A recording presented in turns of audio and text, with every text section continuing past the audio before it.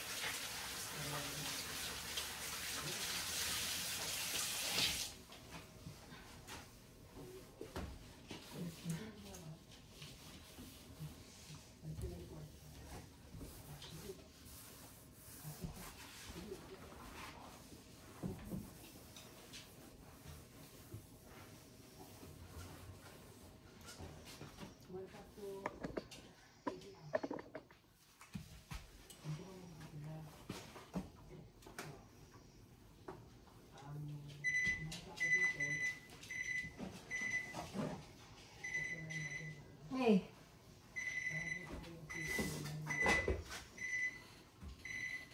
Stop.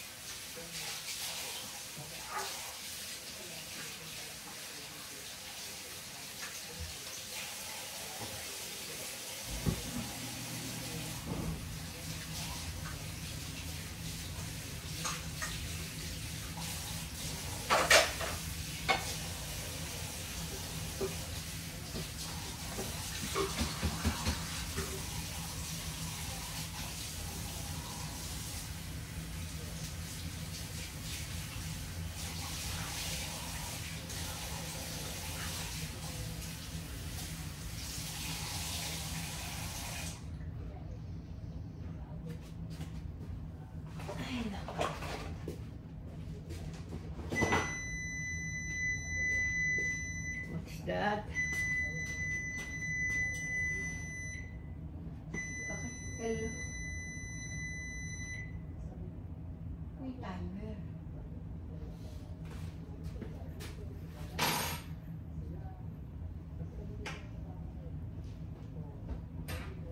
Huwag na lang ano yung timer.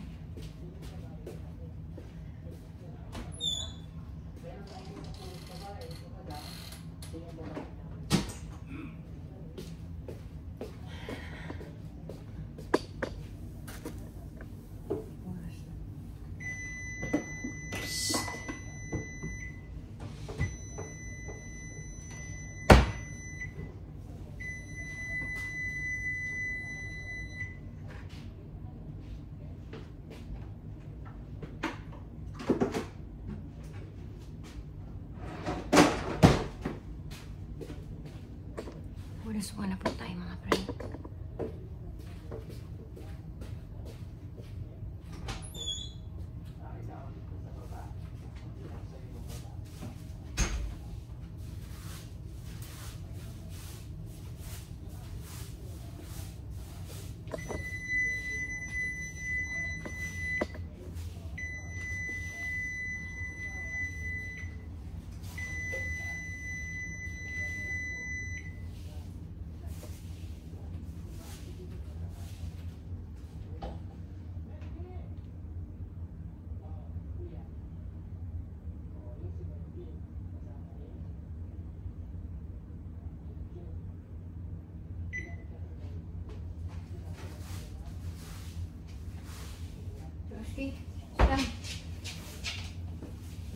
Ulis muna si nanay dyan. Hello! Ano ba yan? Ingay po.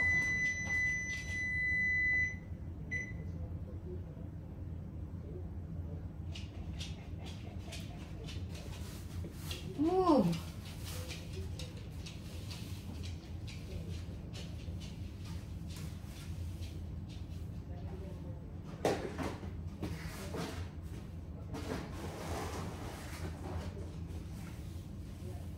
Oras na.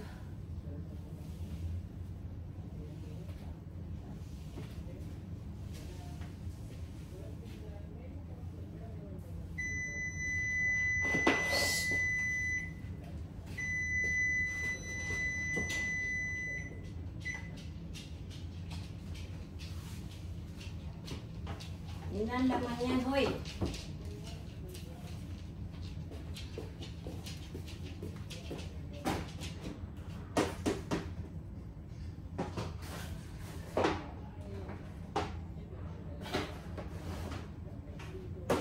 Labas po muna natin ito.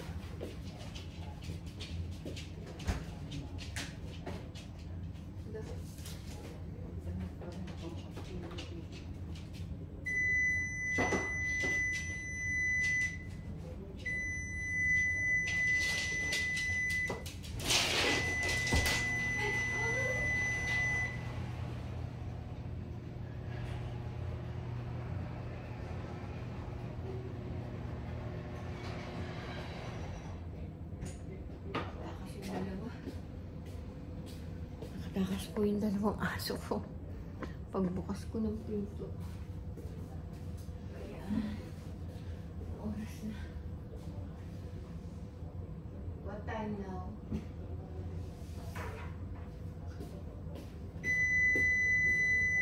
Ito.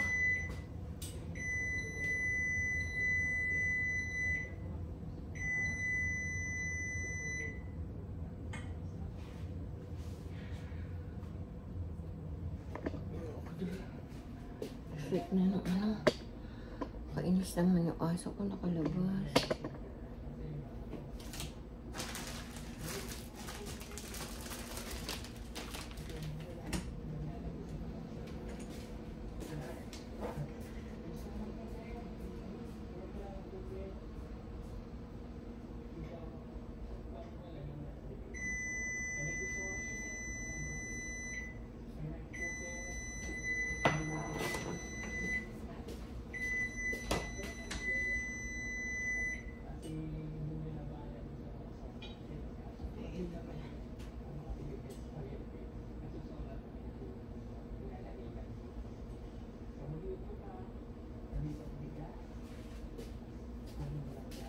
Ano ba yan, mga friend? Kakalabas yung aso ko. 5:54 pa lang. Mga 7. Gisingin ko ni Apo ko. Ay, gulo. Kalabas yung aso.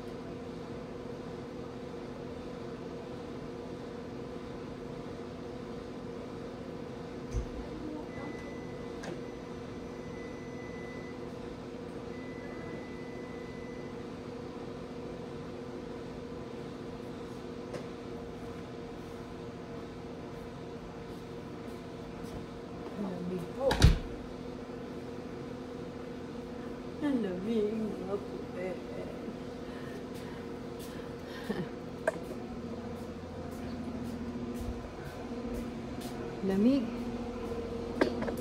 Aray ko. Kwentuhan na lang tayo muna mga friend. Habang hinihintay ko yung friend ko. Saan ba tayo naputol sa kwentuhan natin isang araw?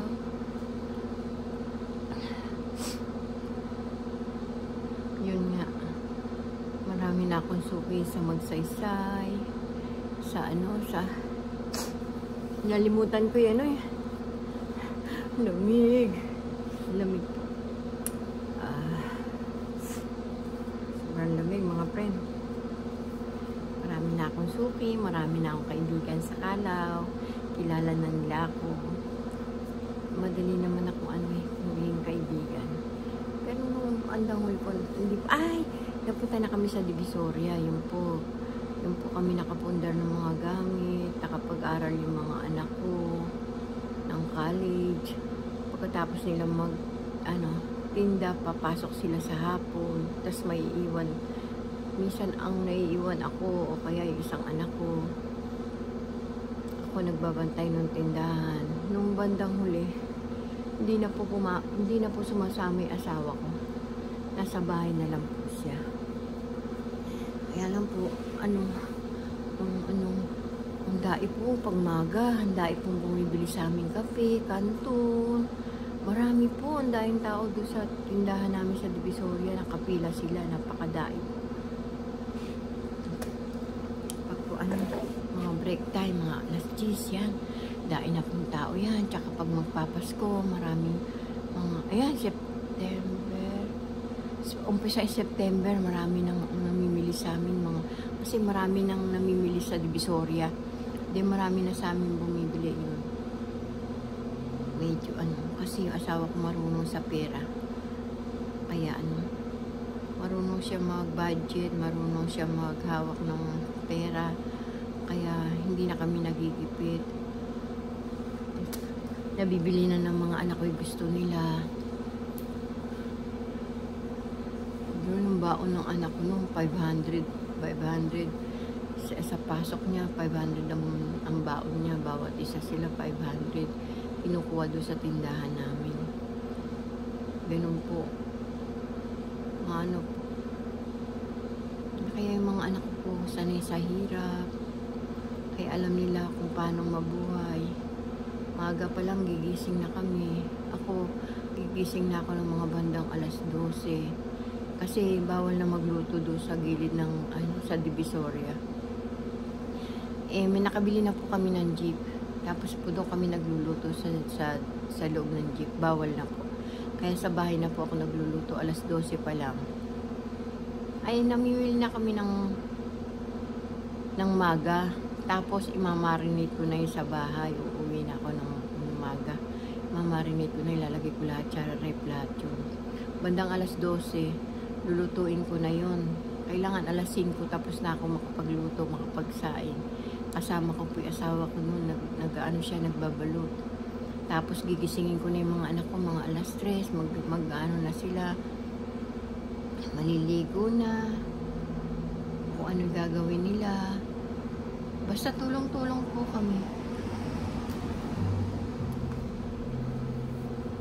Tulong-tulong po kami sa mga gawain.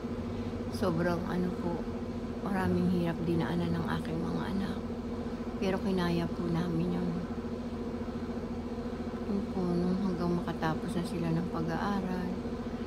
Medyo parang tapos na sila sa kanilang pag-aaral. Nakaipon naman ng konti asawa ko. Nabayaran na namin yung bahay namin.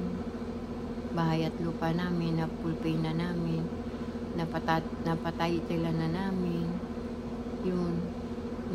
Ginagawa yung kalsada dun sa Divisoria. Nahinti pagtitinda namin. Hanggang tinamad na yung mga anak ko magtinda dun. Total, tapos na sila sa pag-aaral. Sabi nila, Mama, huwag ka na magtinda. Pero sayang po yung pesto namin na yun. Hindi na po ako nagtinda. Nasa bahay na lang po ako.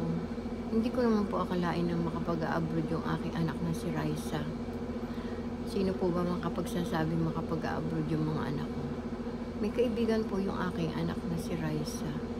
ang kaibigan niya, ang asawa niya nagtatrabaho sa Hawaii.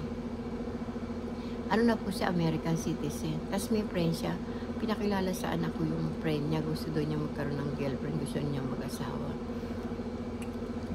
Ayun po, may nanliligaw po sa anak ko, merong police, merong coast guard. Tinatanong niya ako kung sino sasagutin ko. Sabi ko po sa anak ko kung sino napupusuan niya, hindi naman ako makikisama. Pinili niya po si John John. Sabi po niya para makapunta kami rito sa Amerika din. Tsaka mahal doon niya si John John. Ayun.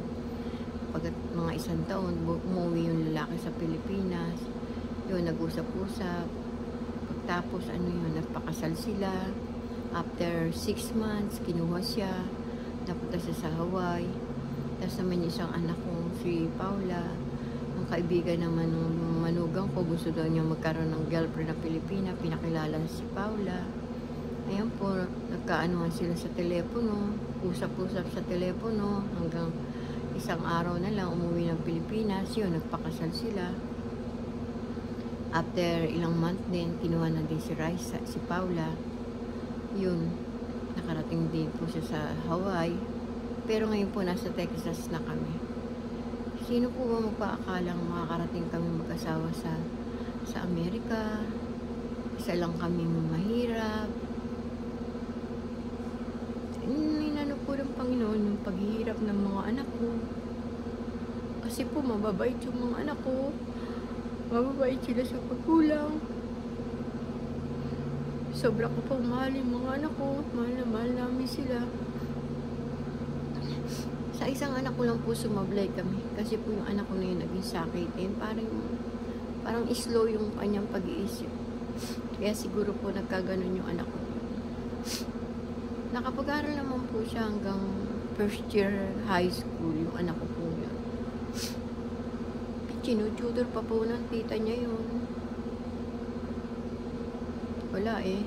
Talagang dun yata po ang kanyang linya. Pero hindi po namin siya sinusukuan. Mahal na mahal po yung anak ko yun. Alam ko, magbabago din yun. Hipuin ng Panginoon yun. Magbabago yung anak ko yun. Yun na lang pinaproblema ko sa buhay ko. Paano pag pumikit na ang mata namin mag-asawa? Paano na yung anak ko yun? Ang hirap po. Sana, bago kami pumikit ang mata, magbago ni anak ko. Sana, magbago na siya. Mahirap po magkaroon ng anak na ganun po pala. Pero kinakaya po. Alam nyo, dapat po 2010 pa lang, nakaalis na kami mag-asawa. Kaso po, naasikaso yung papel ko. Nawala po yung mga papel ko yung naasikaso, naiwanan ko sa tricycle. Tinamad na ako mag-ayos. Kaya yun, matanda na ako nakapunta rito. Pero kung bata pa po ako nakapunta rito, siguro nakapagtrabaho ako, nakapag-ipon ako. Ngayon matanda na ako, marami na akong sakit, hindi na ako makakapagtrabaho. Mahirap po walang trabaho. Mahirap po yung asa lang ng asa sa anak. Siyempre, minsan po nakakaya din po.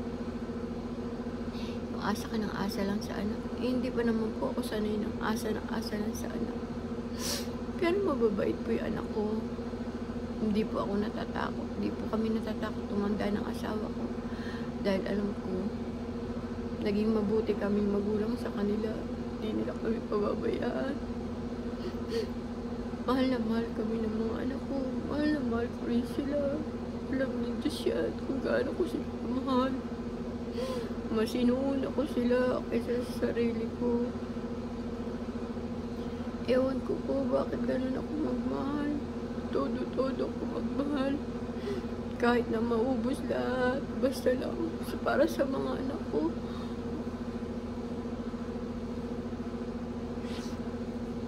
Mahal na mahal ko pa yung mga anak ko. Nag-enjoy naman po ako dito sa Texas. Ang problema ko lang po, nagkaroon po ako ng maraming sakit. Yun ang pinaproblema ko. Tapos nagigipit pa si Trump. Di tuloy kami makauwi. Ewan ko kung kung ano na siya ngayon, maluwag na. Kung pwede na kami umuwi. Tapos babalik kami. Ayan na pala si Paula. Ayan yung anak ko.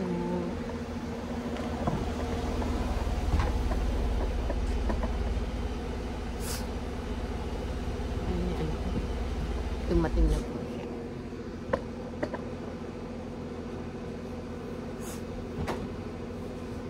Po, gisingin mo si Tolit. Ayaw gumising. Gisingin mo si Tolit. Ayaw gumising. Ba't nasa labas ka?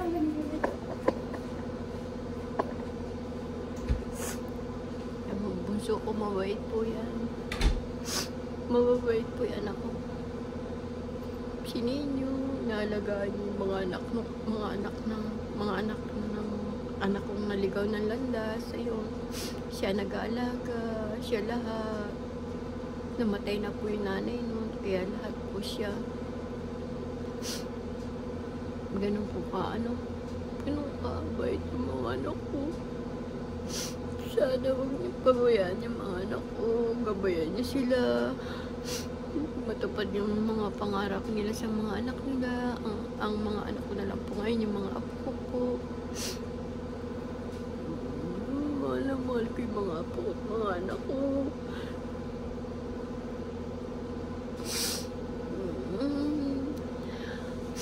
Halos lahat po ng ng anak ko, nasa 3 batang yun. Mahal na mahal niya yung mga batang yun.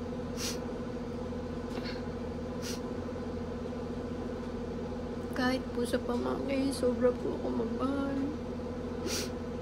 Nalulungkot ako pag may nangyayari sa kanila. Matitigas po ulo nila eh. Sabi ko po sa kanila mag-aaral sila habang may nagpapaaral sa kanila. Kaso inuna nila yung pag-aasawa. Isa naman huminto, isa din huminto. Hanggang grade 12 lang natapos nila. Isa nakatungto ng college hanggang 3rd year college sa huminto na.